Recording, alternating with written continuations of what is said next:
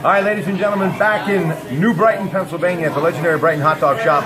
Trick-or-treating underway. This place is jumping, but it was nice that Dave Pasquo, a New Brighton graduate, decided to drop by to talk Breeders' Cup. We'll do that. But before we do anything, his classmate, Tito Francona, as in Terry's dad, it's time to stroll down memory lane because Terry is playing for the world title as manager of the Cleveland Indians. Tell me about his pops. As you said, Tito is and still is a very good friend of mine, has been for a very long time. We went to high school together, and as I've told a lot of people, when we played baseball, I was a sophomore, Tito was a senior, and I backed him up.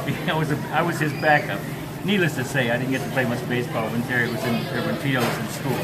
But Tito lived about 3 or 4 doors down from me, and Terry grew up with my kids, and I think from the standpoint of being competitive, the only one that he wasn't competitive with was my wife. He couldn't beat her in gin, and that used to tick him off as well. He did not like to lose at anything, and I think that's pretty obvious in the kind of person Terry is now. It comes through in what he's done and what he continues to do, and there's just nobody more deserving than Terry Francona.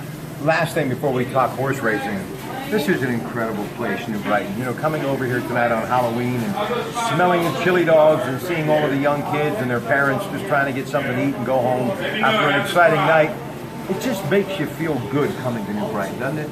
Absolutely, absolutely. And one other thing about Terry, when my son Mike ran into him in Philadelphia, Terry said that as humble as Terry is, and he told him that at the time, he said they had to be careful because he says Detroit has their way with them anytime they play. Can you imagine that he beats them by 8 games or something like that to finish the regular season? But earlier in the season, he says Detroit had their way with him. Never happened. He's incredible, folks. Okay, here we go. Breeders' Cup World Championships, 185 horses pre-entered, cross-entered 2-race final, and the field's going to be drawn on Wednesday, the $6 million Classic. California Chrome is the favorite, and there are some other horses you may remember or know of, such as Frosted, Gunrunner, FNX, Opportunity, Keen Ice, Melatonin, Shellman Ghost, and the $2 million Longines Distaff featuring Stellar Wind and Beholder. Let's begin with the young horses, and then we'll kind of move up to the Breeders' Cup and all of those names that people recognize that are going to be running at Santa Anita later this week. Well, I pay primarily most of my attention in the Breeders' Cup event to the Distaff, the Dirt Mile, and of course the Breeders' Cup Classic. In the Breeders' Cup Distaff, it's a female race for female horses, and they've got a strong field, including a horse by the name of Songbird, who's undefeated in 11 starts. Corona del Inca, a 50-to-1 long shot. Beholder, Karina Mia is another entry. Carolina, Forever Unbridled, I'm a Chatterbox, Landover Sea, and Stellar Wind. Now the 3 horses that figure to the top favorites in the betting would be Songbird, the undefeated horse, Beholder, who has beaten one of the few horses that has beaten the boys in the Pacific Classic, did it last year, lost this year to Stellar Wind, but I'm sorry, lost this year to California Chrome in the Pacific Classic. And so you got Songbird, Beholder, and Stellar Wind would be the top betting favorites, and probably wouldn't be surprised if they finish 1, 2, and 3. As a long shot, I kind of like I'm a Chatterbox, but we'll have to wait and see what happens to him. He's got a big task in front of him with those 3 horses that I just mentioned. Should be a good race. Gary Stevens will be on Beholder, and as I said before, Beholder last year won the Pacific Classic. He wins that race against all boys, and he won it convincingly. He won by about 13 lengths. He did it in I think less than 2 minutes for the mile and a quarter. This year, 2016, has not been that great a year for him. He's lost a couple of races, one to Stellar Wind, and I think this is the first time he's faced Songbird, so we'll see what happens in that. All right, listen, California Chrome, we all know that amazing horse, Derby winner, Preakness, Dubai World Cup winner. So it makes sense that this horse would be the favorite to win one of the best events throughout the year in the sport of horse racing, the Breeders' Cup. It makes sense. that he could. Nobody's going to be surprised if he does. But I don't like favorites. I don't like to bet favorites. Arrowgate will probably be second favorite, and I do like that horse. He ran in the Travers this year. He won it by 13.5 lengths, and he broke the track record at Saratoga. Now that track record has stood since 1979. He did a mile and a quarter in 1:59 and 1. Now compare that. The Secretariat did a mile and a quarter at Churchill Downs in 1:59 and 3. So this horse was 2/5 of a second faster than Secretariat's at Churchill Downs. Different racetracks, but still an extremely impressive race. He lost his first race, Arrowgate did, his maiden race. Then he went on to win 4 in a row. So he's only got 5 races. This will be his 6th race.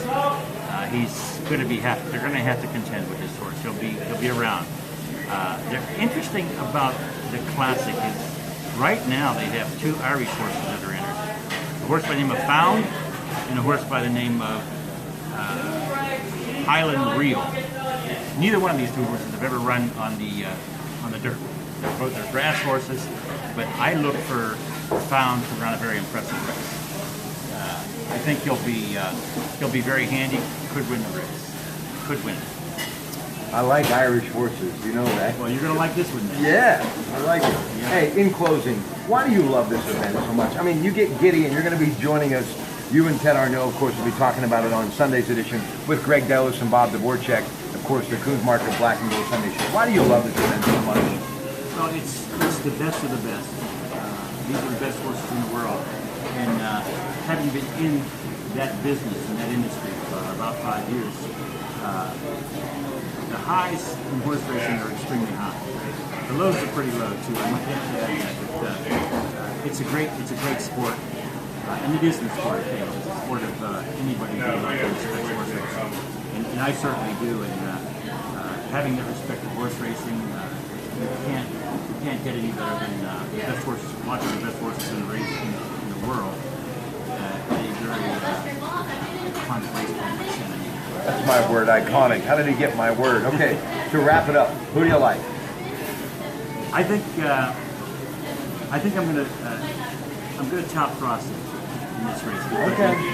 He's coming off of the Woodwork where he finished 3rd, and he should have won the race. But Joel Rosario rode him and never asked him in the stretch, and it looked as though he was trained for this race.